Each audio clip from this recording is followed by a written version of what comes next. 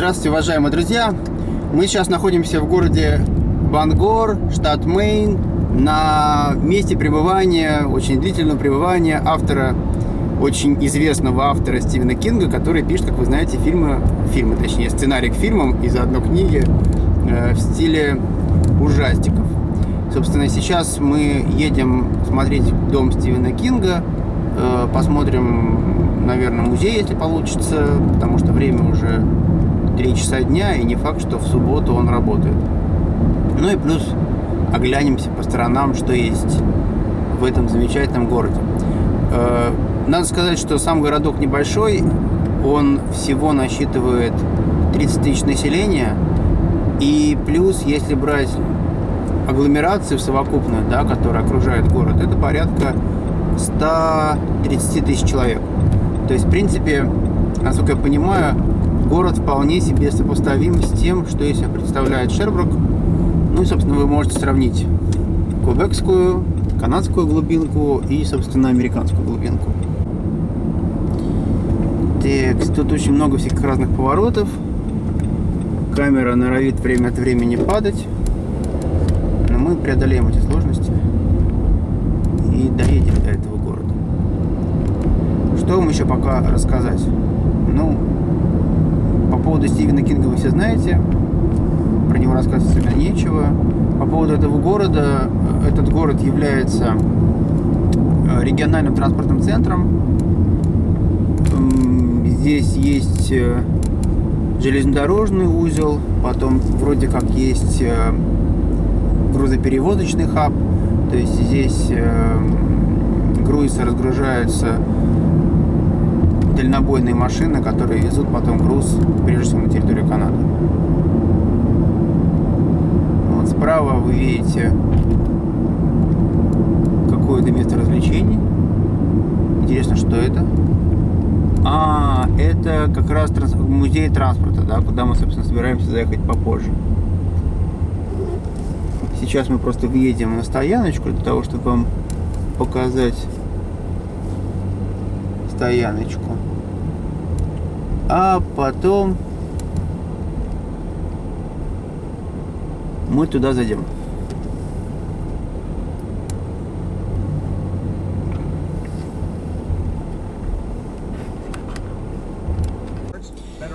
Итак, мы продолжаем двигаться в сторону дома Стивена Кинга. И я, собственно, включаю просто местное радио, бла-бла-бла. И вы смотрите за пейзажами и за жизнью местного города в субботу, сейчас 4 часа дня.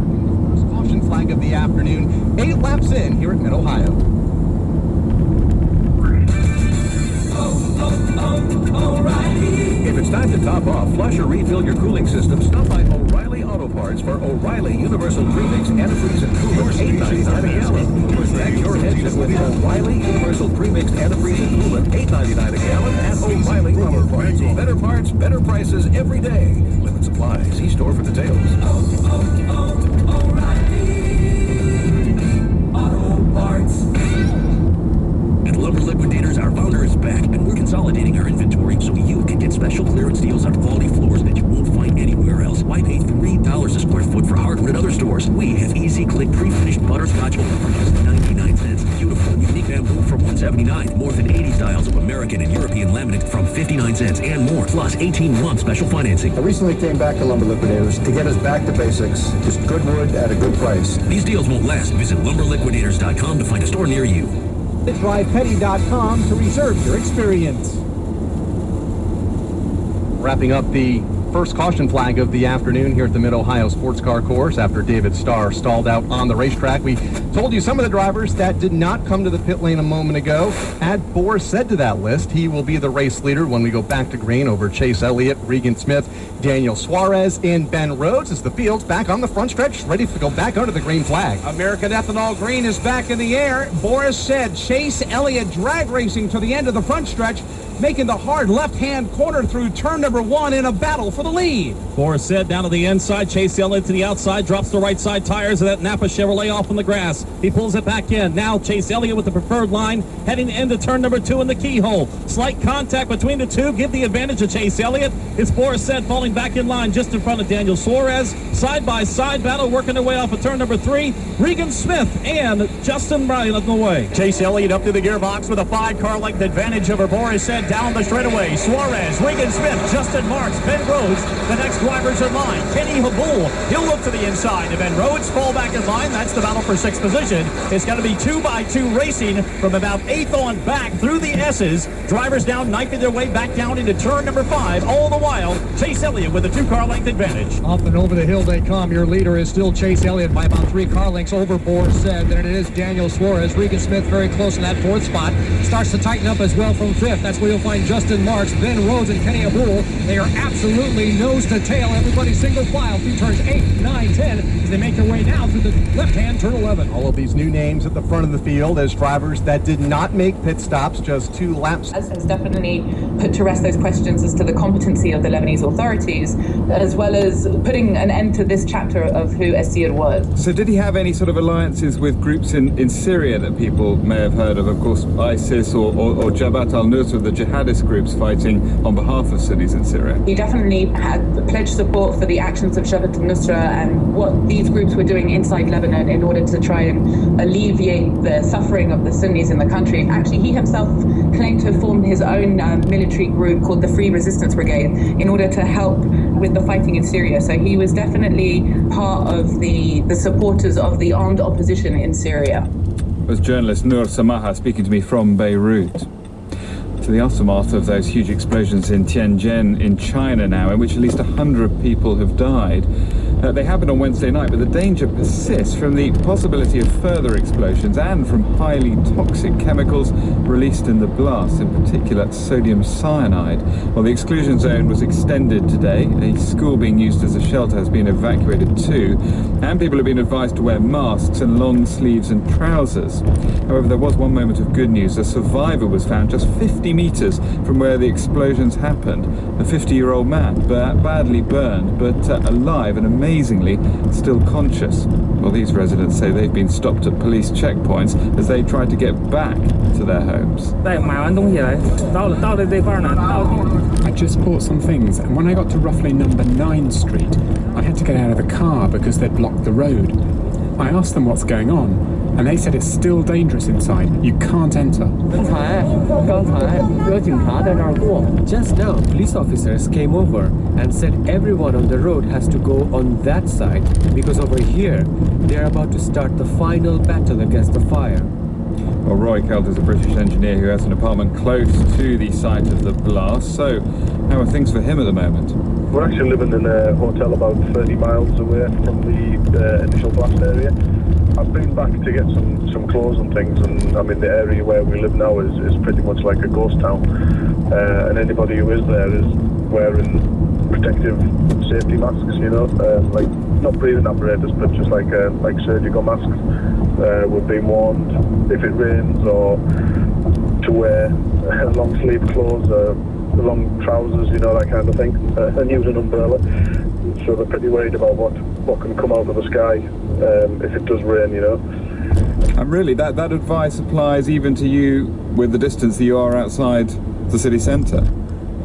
Yeah, that's actually come from the American Embassy for their residents that are living in China. They've all been given a message from the American Embassy that, you know, they need to take great care, especially if it rains.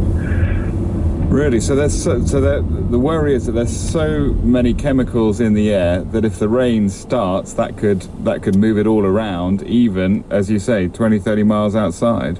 Yeah. I mean, it's been quite breezy today, so goodness knows where it's carried it, you know, and if it's gone into the higher atmosphere, then it could be anywhere. That's really worrying, isn't it? I mean, I think you've got a young son, 3 years old.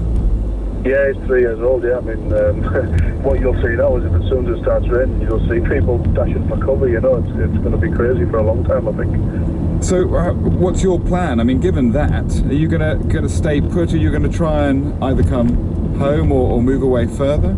Well, informed today that there was some more explosions at the site, smaller explosions at the site, and they've found some chemicals there now. I think they're dealing with it, but the fire's still going, you know, they still haven't put the fire out.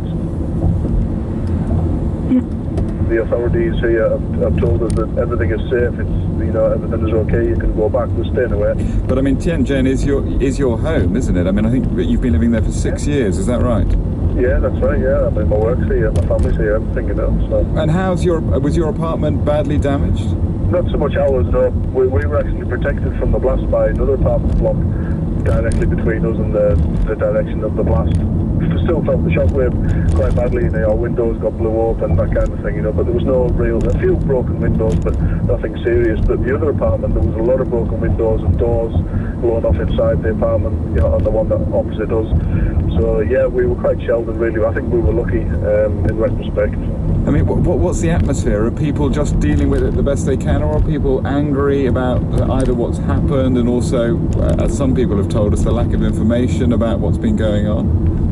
Yeah, well that's pretty much China all over, they don't tell you unless they really have to kind of thing, Yeah, a lot of people are angry because especially people with missing family members, there's a lot of frustration with the general public who are actually involved in what's going on, we're affected by it, because obviously there's a lot of people living in schools at the moment and tents. It's a very densely populated area, so where do you put people? British engineer Roy Kelt in Tianjin. At least 40 people have been found dead in the hold of an overcrowded boat that was trying to cross illegally from Libya to Italy. Many others were rescued, but Italy's Interior Minister Angelino Alfano has said that more deaths will follow unless there's a resolution to the chaos in Libya. So what exactly happened on the boat? Our correspondent in Rome is James Reynolds. We understand that the Italian Navy was called to a ship in distress about 21 miles off the coast of Libya. When officers boarded the ship, we understand that they came across at least 40 bodies. These were bodies of migrants who had apparently been trapped inside the hold, and they had suffocated to death on the diesel fumes of the ship. And what about the survivors?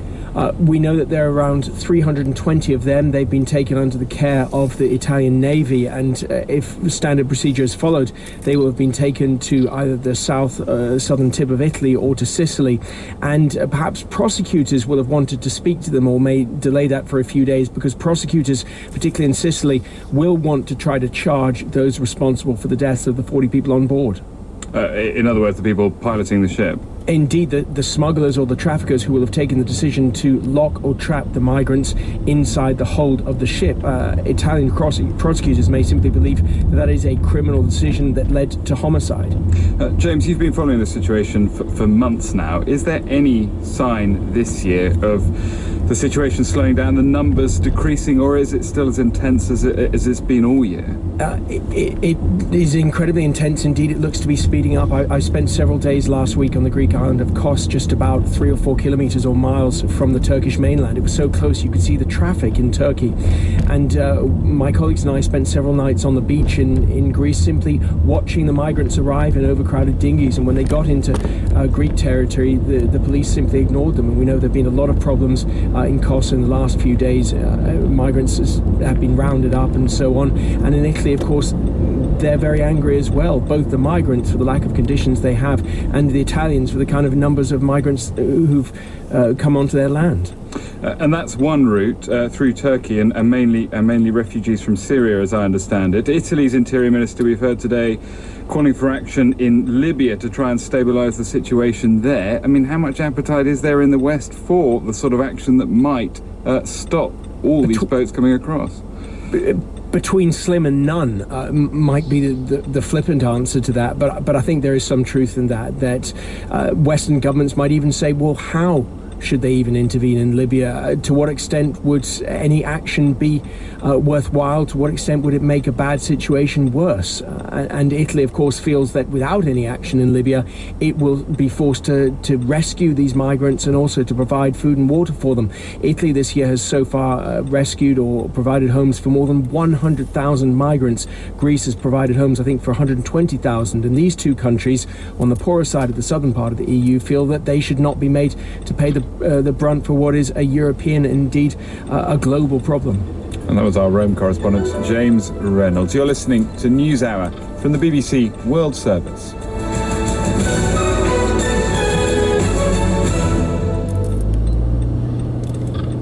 And still to come on the programme, our correspondent in Washington joins the chorus line. You ready? I am absolutely ready. Here we go. 1, 2, 3, 4. On the outside, always looking in. Will I ever be more than I've always been? 'Cause I'm tapping on the glass. Our singing talent, Jane O'Brien, investigates why musicals are so popular with the so-called millennial generation in the United States. That's coming up in about half an hour's time. A reminder of our main news headlines now. The huge explosions in the Chinese city of Tianjin are now known to have killed more than 100 people. President Xi says he wants urgent improvements to industrial safety. And two of the leading contenders for next year's US presidential election, the Democrat Hillary Clinton and Jeb Bush of the Republicans, have exchanged critical comments over recent American policy in Iraq.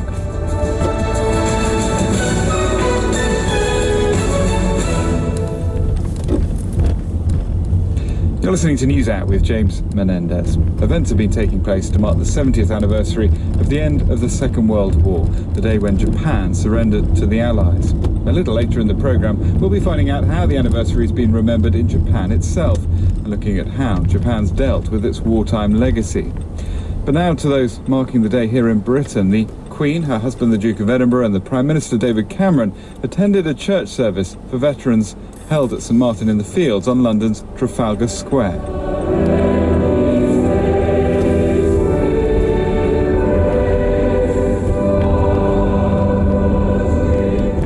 Also at the service, former prisoners of war and civilian internees.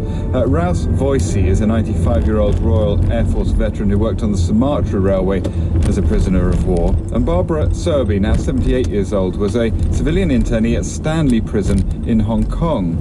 Japan's brutal treatment of prisoners is well documented. It's always very shocking. And the accounts of Rouse and first Barbara are no exception. Barbara was just 5 when her family was arrested, and she told the BBC's Matthew Price that the first night she spent behind bars still haunt her. I can remember my feet wouldn't go on the floor. It was sticky. And the smell, and even today I cannot bear any nasty smells. It'll just turn my stomach over.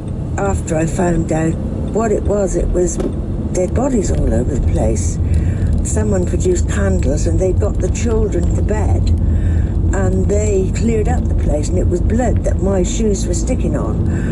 And what had happened, they'd killed everybody that was in, whether you were injured or no, they were killed and raped and everything else. And if you ran away, you were shot in the back. Stanley Camp held 2,800 mainly British internees. Unlike prisoners of war, they were not compelled to work, but life in the camp was harsh. Japanese guards were brutal and death rates were high. For 4 years, all we had was a spoonful, about a dessert spoonful of runny rice, porridge stuff for breakfast. Lunch was a sprat, tiny as a baby herring, with a spoonful of rice. And then in the evening, when they rang the bell, the eldest would go and get the food. And there they'd ground up fish bones of about the size of your middle finger. And that was your 3 meals every day, the same thing. And that went on for 4 years? That went on for 4 years, and then you'd have calls. If someone tried to escape, you were hauled out, and you had to stand, not touch each other, for hours until they came and counted you. And if anybody fell, no one was allowed to pick them up. If you did, you just had a rifle butt in your head, knocked you down. So you just stood there. And I used to fidget, because at night it got cold in Hong Kong. And I had this coat on, and I was fiddling with the lapels, and my mother would just look at me and sort of signal not to touch it. And I hadn't realised she'd taken all her wedding rings off, because she saw a woman having her fingers chopped off because the rings wouldn't come off. So Mother took hers all off and hid it in the coat of my lapel and sewed it in. And then every so often at night, she would take one out and sell it on the black market. Of course, she never got much for it. Maybe a bowl of rice or a tin if you were lucky. And I can remember shredded wheat. And shredded wheat will bring back the memories as quick as anything. We did have a hospital, but of course not much medicine. I did get malaria very bad. I can remember blankets being piled on, and then you get very hot and they'd be all taken off again. So I was in hospital a long time, and yeah, Mother had a very bad time keeping us all together. If it wasn't for her, I don't think we would have survived. Her character and her determination that we would still grow up, we'd still say thank you for whatever food we received. And we didn't want to say prayers, we just wanted to eat. But Mother said, you know, you must always remember your manners. Barbara's family was split up. Her father was tortured and eventually died. Her 2 older brothers were also killed. William, who was 17 and a half, he with a lot of other young men were bombed in a lorry, and he hasn't got a grave. My brother Edward, just barely 19, he was surrendering with his rifle up in his hand, and they were just bayoneted and threw over the side. And I heard later that he survived 3 days and died. And my mother never knew any of this until after the war. While Barbara Sowerby was being held in Hong Kong, Rouse Voicey, a POW, was captive on the island of Sumatra. He was being forced to work on one of the 2 so-called death railways. The other was in Burma. Some 100,000 people died building them. Conditions in his camp were terrible, and for 3 years his diet consisted of one main ingredient. Mostly rice, of course. Now and again we had a little bit of meat. We were lucky enough to have Dutch people with us, and they knew about various things that grew in the jungle that were palatable, that you could eat and cook and eat, like greenery. And that helped somewhat. And what was the treatment of you by the guards? Rough. Sometimes they did corporal punishment. They made you stand facing each other and slapping each other in the face. And if you didn't stab him hard enough, they'd come and show you how it was done.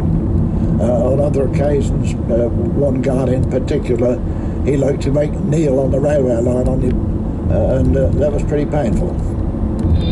Along this coastline, Allied prisoners were known to be waiting for freedom. After Hiroshima and Nagasaki were bombed, Japan surrendered. This was Pathé News at the time. For the Japs took very little notice of the international laws about war prisoners. Now they're free. Free of their Jap guards, and free to go home.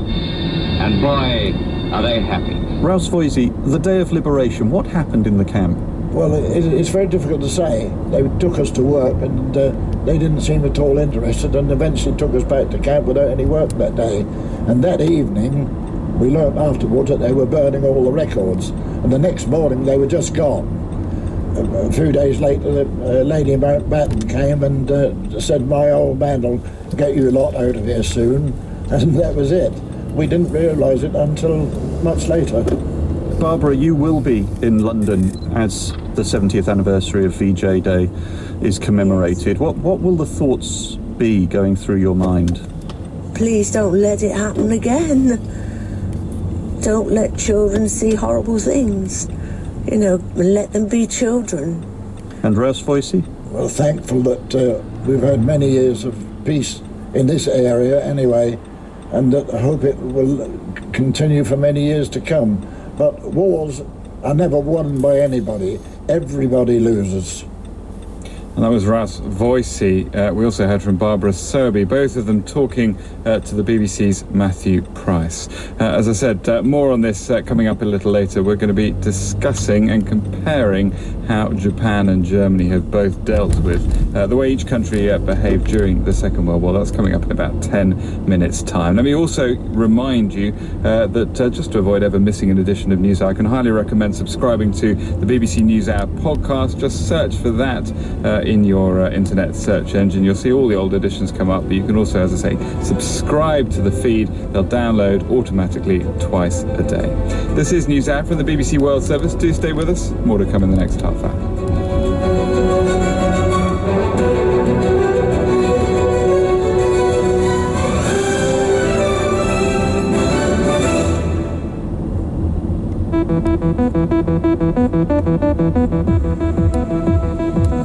Distribution of the BBC World Service News Hour in the U.S. is made possible by American Public Media, producer and distributor of award-winning public radio content. APM, American Public Media, with support from Progressive Insurance, protecting commercial vehicles and offering special...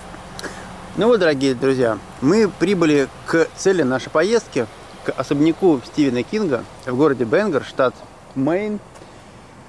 Все путеводители говорят, что он находится на 13-й стрит. Но я не знаю, что это за 13-й стрит, потому что на 13-й стрит ничего не находится. По моему навигатору это улица Бродвей, соответственно, западная часть, West.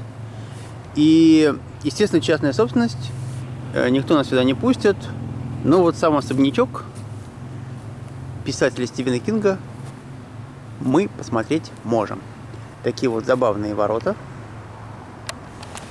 кованые, с такими летучими мышками.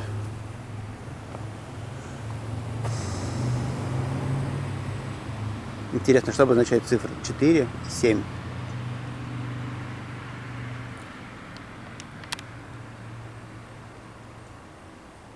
В данный момент, насколько я знаю, писатель там не живет, но, собственно, он прожил в этом доме много-много-много-много лет.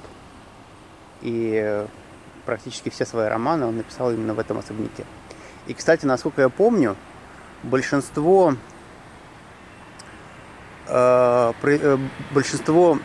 действий, да, которые происходят в романах Стивена Кинга, они проходят где-то либо в окрестностях Бангора, штата Мейн, либо Стивен Кинг вдохновлялся тем, что он видел, собственно, живя в этом самом городе. Какой-то мерседесик.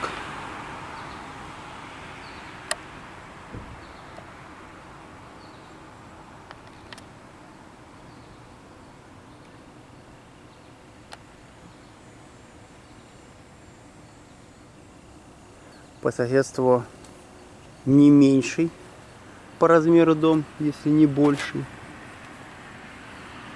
В таком французском стиле сделан.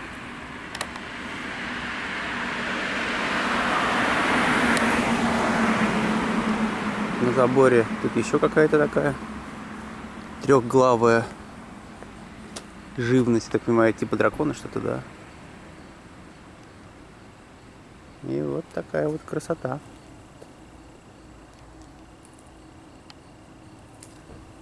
Система безопасности. Можно позвонить, можно набрать.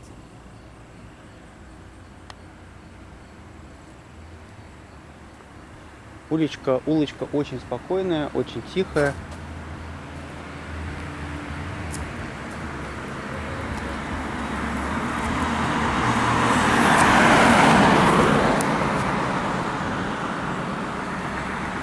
Аккуратненькая такая. Ну, собственно, вот. Надеюсь, что вам понравилось. И виды города, и домик Стивена Кинга. Ну и вообще впечатление о моей поездке здесь. Сюда, точнее. Все, друзья мои. До сим откланиваюсь. Желаю вам всего самого хорошего. И до свидания. Пока-пока.